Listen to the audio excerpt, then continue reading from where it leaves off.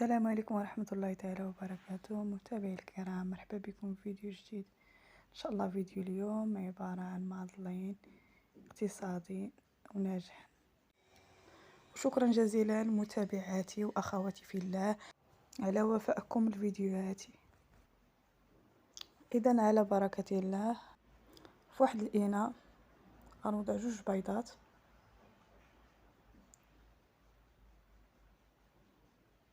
غنضيف عليهم ساشي ديال الفاني،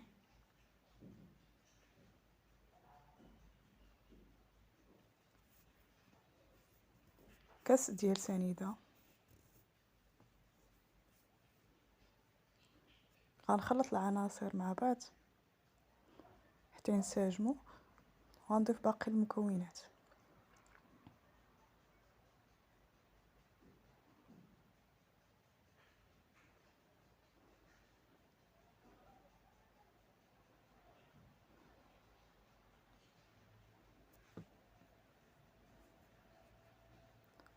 تنخلطوا حتى تنحصلوا على هذا القوام،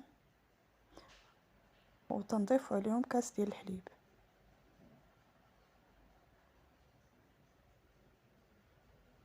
مع التحريك المستمر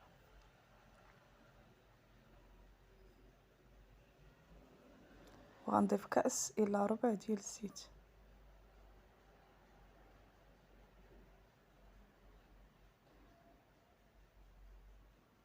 و2 كؤوس ونصف ديال الدقيق،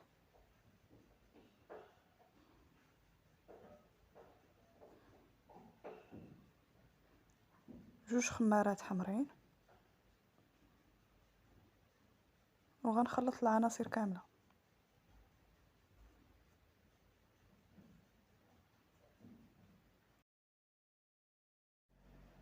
في هذه الاثناء غنضيف القطرات من الخل، وغنخلط حتى تنحصل على هذا القوام.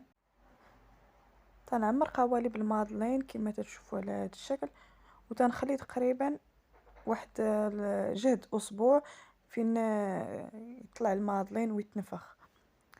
وتزين تبقى على حسب الاختيار. انا توفروا عندي رقائق اللوز، غنزين بهم وغنحطو في الثلاجه واحد 15 دقيقه، عاد غندخلهم يطيبوا. من بعد ما طابوا لي مادلين جاو على هذا الشكل. نتمنى ينال اعجابكم، وما تنسونيش كما العاده من اللايك وتشجيعاتكم والبارطاج. وشكرا على وفائكم، والى الفيديو القادم باذن الله.